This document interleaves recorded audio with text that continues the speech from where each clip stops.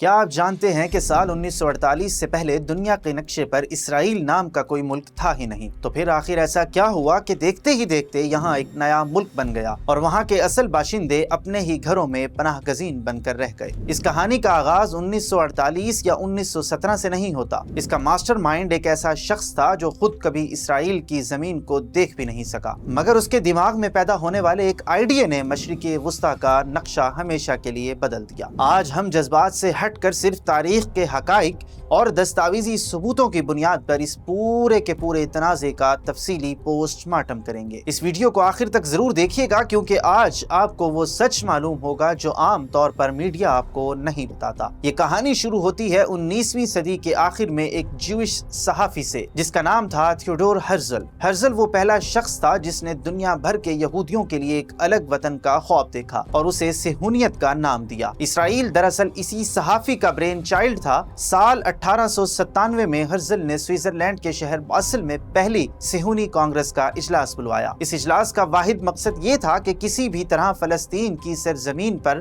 ایک یہودی ریاست قائم کی جائے۔ ہرزل نے اس مقصد کے لیے رات دن ایک کر دیے۔ اس نے فلسطین میں اربوں سے زمینیں خریدنے کے لیے دنیا بھر کے امیر یہودیوں سے چندہ مہم شروع کی اور اس فنڈنگ کو سنبھالنے کے لیے باقاعدہ ایک بینک، جوش کولونیل ٹرسٹ قائم کرنے کی کوشش بھی کی، تاکہ اس پیسے سے سلطنت عثمانیہ پر دباؤ ڈال کر زمین خریدی جا سکے۔ ہرزل کو صہیونی تحریک کا بانی اور موجودہ اسرائیل کا نظریاتی باپ کہا جاتا ہے۔ اگر ہم تاریخ میں پیچھے جائیں تو پہلی عالمی جنگ سے پہلے اس پورے کے پورے خطے پر سلطنت عثمانیہ کی حکومت تھی، لیکن جنگ کے دوران پردے کے پیچھے ایک خوفناک کھیل کھیلا جا رہا تھا۔ سال 1916 میں برطانیہ اور فرانس کے درمیان ایک انتہائی خفیہ معاہدہ ہوا، جسے سائکس پیکوٹ معاہدہ کہا جاتا ہے۔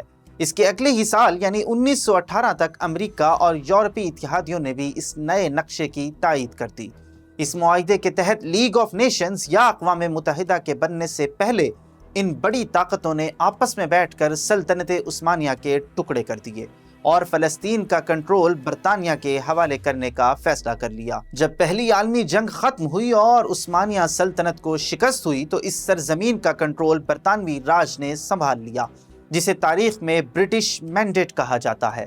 اس وقت اس زمین پر عربوں کی ایک بہت بڑی اکثریت یعنی تقریباً 90% سے زائد آبادی تھی، جبکہ یہودی ایک بہت چھوٹی اقلیت میں تھے اور ان کے ساتھ کچھ دوسرے چھوٹے نسلی گروہ بھی یہاں امن و امان سے رہ رہے تھے۔ لیکن پھر ایسا کیا ہوا کہ یہاں اچانک ایک خونی کشیدگی شروع ہو گئی۔ یہ کہانی کا وہ موڑ ہے جہاں برطانیہ نے دنیا کی تاریخ کا سب سے بڑا تضاد پیدا کیا۔ 2 نومبر 1917 کو برطانیہ کے وزیر خارجہ آرتھر بیلفور نے برطانیہ کے یہودی برادری کے رہنما لارڈ روتھشائلڈ کو ایک خط لکھا۔ تاریخ میں اسے بیلفور ڈکلریشن کہا جاتا ہے۔ اس خط میں انہوں نے وعدہ کیا کہ برطانوی حکومت فلسطین کی سرزمین پر یہودیوں کے لیے ایک قومی گھر قائم کرنے کی پوری مدد کرے گی۔ بعد میں سال 1922 میں لیگ آف نیشنز نے بھی اس برطانوی مینڈیٹ کی باقاعدہ توثیق کر دی۔ اب یہاں ایک بہت بڑا تاریخی حقائق کا انکشاف کرنا ضروری ہے۔ برطانوی راج اور لیگ آف نیشنز نے دنیا کو دکھانے کے لیے کچھ علاقوں میں رائے شماری یعنی ریفرنڈم کروائے، اور یہ ریفرنڈم صرف ان ممالک یا ان طاقتوں کی مرضی کے مطابق تھے جو اسرائیل کے حامی تھے۔ لیکن تاریخ کا سب سے بڑا ظلم یہ تھا کہ جہاں یہ ریفرنڈم ہونا چاہیے تھا یعنی خود فلسطین کی سرزمین پر، وہاں کے اصل باشندوں سے کبھی پوچھا ہی نہیں گیا۔ ان کی رائے کو یکسر مسترد کر دیا گیا کہ بھلا ان کی اپنی زمین پر کسی دوسرے کا قومی گھر کیسے بنایا جا سکتا ہے۔ بس اسی یک طرفہ فیصلے کی وجہ سے 1920 اور 1940 کی دہائیوں کے درمیان دنیا بھر سے یہودیوں نے بڑی تعداد میں فلسطین آنا شروع کر دیا۔ خاص طور پر دوسری عالمی جنگ کے دوران جب یورپ میں نازی ہولوکاسٹ کے تحت لاکھوں یہودیوں کا بے دردی سے قتل عام کیا گیا، تو اپنی جان بچا کر بھاگنے والے یہودی لاکھوں کی تعداد میں یہاں پہنچے۔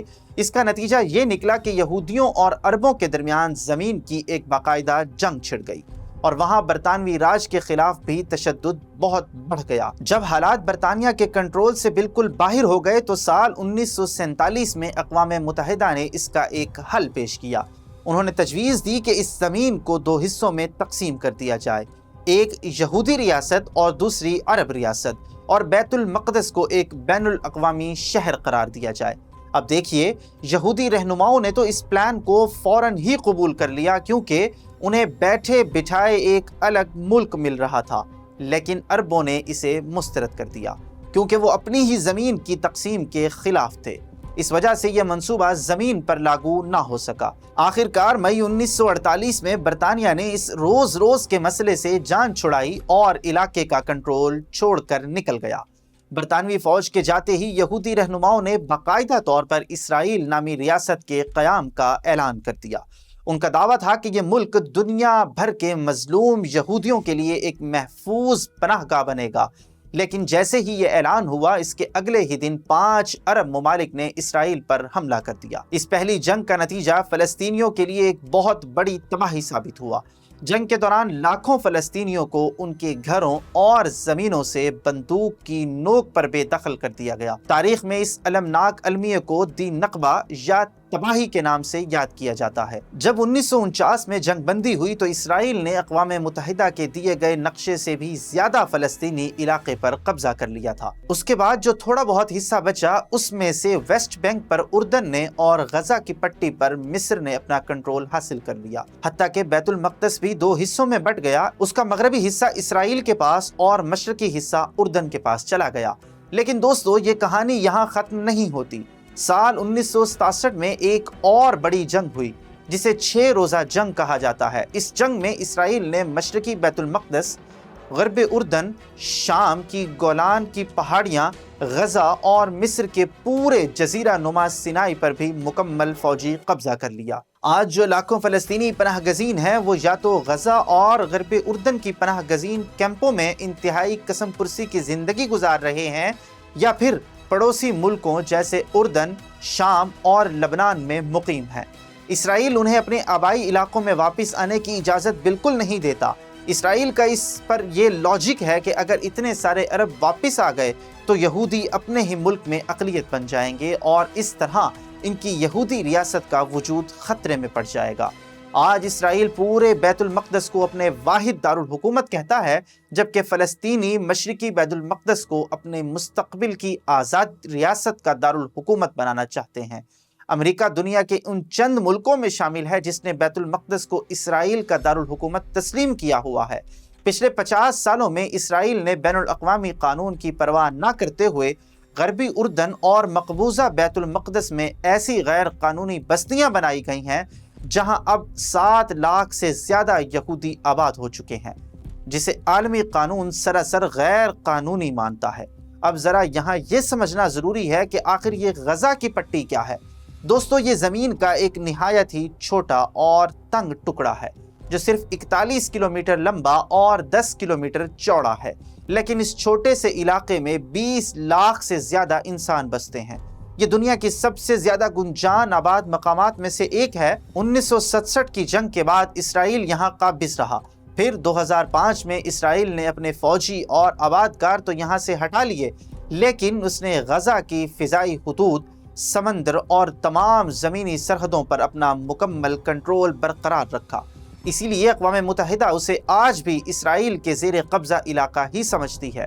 اگر ہم اس پورے کے پورے تنازع کو گہرائی سے سمجھیں تو بنیادی طور پر 4 ایسے بڑے مسائل ہیں جن پر دونوں فریق کبھی متفق نہیں ہو سکے۔ نمبر 1، فلسطین پناہ گزینوں کا مستقبل کیا ہوگا؟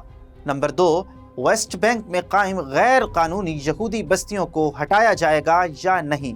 نمبر 3، بیت المقدس پر کس کا حق ہوگا؟ اور سب سے بڑا سوال، کیا 2 ریاستی حل کے تحت ایک آزاد فلسطینی ریاست کبھی بن پائے گی؟ ان مسائل کو حل کرنے کے لیے سال 1993 میں امریکہ کی صدارت میں اوسلو امن معاہدہ ہوا، جہاں پہلی بار فلسطین لبریشن آرگنائزیشن کو فلسطینیوں کا واحد نمائندہ مانا گیا اور ایک خود مختار فلسطینی اتھارٹی قائم کی گئی۔ لیکن جلد ہی اسرائیل کے اندر اپوزیشن لیڈر بنیامن نیتن یاہو نے اس معاہدے کو اسرائیل کے لیے ایک جان لیوا خطرہ قرار دے دیا۔ دوسری طرف مقبوضہ علاقوں میں یہودی بستیوں کی تعمیر تیز کر دی گئی اور فلسطینی عسکری گروپ حماس نے بھی حملے شروع کر دیے۔ اس کا نتیجہ یہ نکلا کہ 4 نومبر 1995 کو امن کے داعی اسرائیلی وزیر اعظم کو ایک یہودی انتہا پسند نے قتل کر دیا۔ اور وہاں سے امن کا یہ عمل ہمیشہ کے لیے رک گیا۔ اس کے بعد ڈونلڈ ٹرمپ نے بھی ایک امن منصوبہ پیش کیا جسے فلسطینیوں نے یک طرفہ کہہ کر مسترد کر دیا۔ اب سوال یہ پیدا ہوتا ہے کہ حماس اور اسرائیل کے درمیان موجودہ جنگ کیوں ہو رہی ہے؟ غزہ پر سال 2007 سے حماس کی حکومت ہے جو اسرائیل کی تباہی کا عزم رکھتی ہے۔ اسرائیل اور مصر نے مل کر حماس کو روکنے کے لیے غزہ کی سخت ناکہ بندی کر رکھی ہے جسے عام فلسطینی اپنی اجتماعی سزا کہتے ہیں۔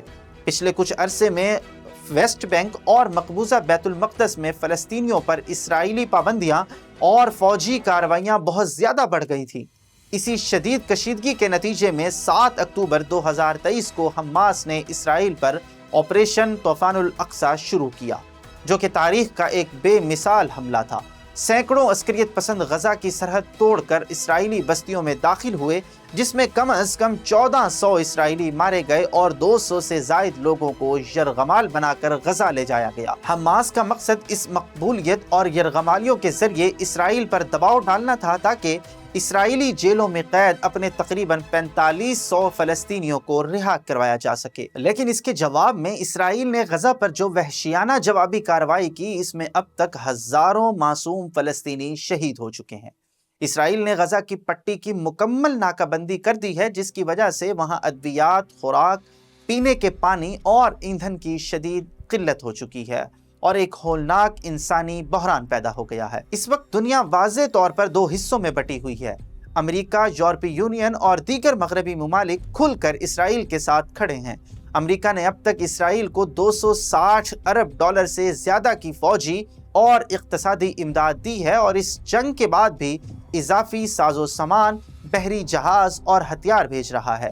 دوسری طرف روس اور چین نے حماس کی براہ راست مذمت کرنے سے انکار کیا ہے اور اس کا ذمہ دار مشرق وسطیٰ میں امریکی پالیسیوں کی ناکامی کو ٹھہرایا ہے، جبکہ ایران جو اسرائیل کا سب سے بڑا دشمن ہے، وہ حماس اور لبنان کی حزب اللہ کا کھلا ممدوح اور کلیدی حامی ہے۔ ناظرین، یہ ہے اس پورے خطے کی اصل سچائی۔ تھیوڈور ہرزل کے ایک خواب سے لے کر لیگ آف نیشنز کے یک طرفہ ریفرنڈمز، تاریخ کی غلطیوں اور طاقتور کی جیو پالیٹکس تک، جس کی قیمت آج بھی معصوم جانیں اپنے خون سے چکا رہی ہیں۔ آپ کے خیال میں اس دیرینہ اور خونی مسئلے کا اب کیا حل ہونا چاہیے؟ کامنٹس میں اپنی رائے ضرور بتائیے۔ اگر ویڈیو پسند آئی ہو تو چینل کو سبسکرائب کریں اور ویڈیو کو شیئر کریں۔ ملتے ہیں اگلی ویڈیو میں۔ اللہ حافظ۔